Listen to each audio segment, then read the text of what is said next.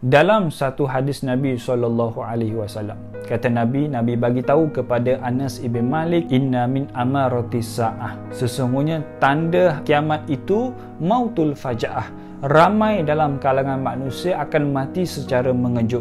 Di mana-mana akan ada kematian, tak kira umur akan mati, tak kira ada sakit pun tidak sakit. Bila mana maksud waktu mati, maka dia akan mati. Itulah sebagai tanda mautul faja'ah. Siang hari kita bertemu, malam hari dapat berita yang orang kita kawan itu telah pun meninggal. Itulah mati secara mengejut. Di mana-mana. Memang betul pada hari ini kita tengok, buka surat khabar, buka media sosial, berapa ramai orang mati secara mengejut. Dulu kita tengok orang yang mati, orang yang 50-an ke atas, 60-an ke atas, yang mana mati disebabkan sakit, mati disebabkan serangan jantung dan sebagainya. Hari ini telah pun ada dalam kalangan anak muda yang mengalami masalah jantung. Maka tidak mustahil. Maka benarlah kata Nabi, mautul faj'ah itu adalah wujud mati secara mengejut telah pun terbukti. Dan kata para ulama, mati secara mengejut ini bagi orang beriman kepada Allah, iaitu satu istirahat, satu kegembiraan bagi orang beriman kepada Allah. Tapi lain mereka yang mensyirikkan Allah dan sebagainya, iaitu mati mengejut buat mereka adalah satu kerisauan, satu keresahan. Bagaimana mereka nak menghadapi hari yang seterusnya, alam yang seterusnya, yang mana kita tahu alam seterusnya itu alam yang lebih berat daripada alam yang sebelum ini, yang mana alam roh dan alam dunia. Alam dunia lagi berat daripada alam roh. Dunia pergi ke alam barzah. Alam barzah ini lagi berat daripada alam dunia. Sebab itulah berhati-hati bila mana kita nak bercakap, berhati-hati apa jua perbuatan kita, kerana ditakuti mautul faja'ah itu akan mendekati diri kita. Sebab itulah satu hari ketika mana Imam Hasan Al-Basri mulakan perjalanan, maka bila mana sampai di satu kampung, Imam Hasan Al-Basri melihat ada satu kumpulan manusia yang menangis, teresak-esak menangis. Maka Imam Hasan Al-Basri mula mendekati, maka tanya, kenapa kalian ni menangis teresak-esak, apa yang berlaku?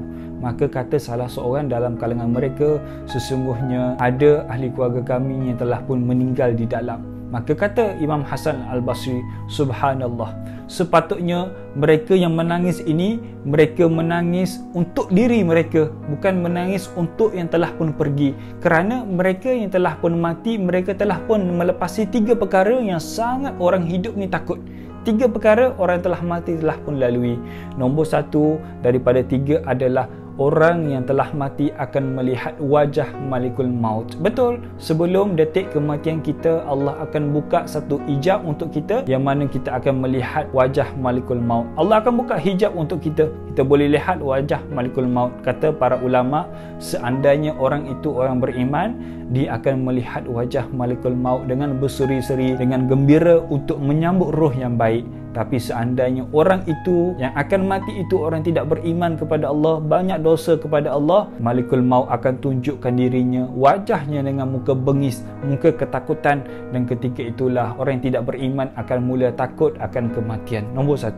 Nombor 2, kata Imam Hasan Al-Basri, mereka yang telah pun meninggal, mereka telah pun lalui akan kesakitan kematian. Mati ini sangat sakit, sangat-sangat sakit. Bahkan Nabi SAW ketika mana Malikul Maut nak pisahkan di antara roh dengan jasad Nabi, dia tarik secara perlahan-perlahan, tak tarik secara kuat tapi secara perlahan-perlahan. Itu pun kata Nabi sungguh sangat sakit akan kematian. Bagaimana pula dengan kita yang banyak dosa kepada Allah Subhanahu wa taala. Dan nombor 3, kata Imam Hasan Al-Basri, mereka yang telah pun meninggal, mereka telah pun tahu kedudukan mereka.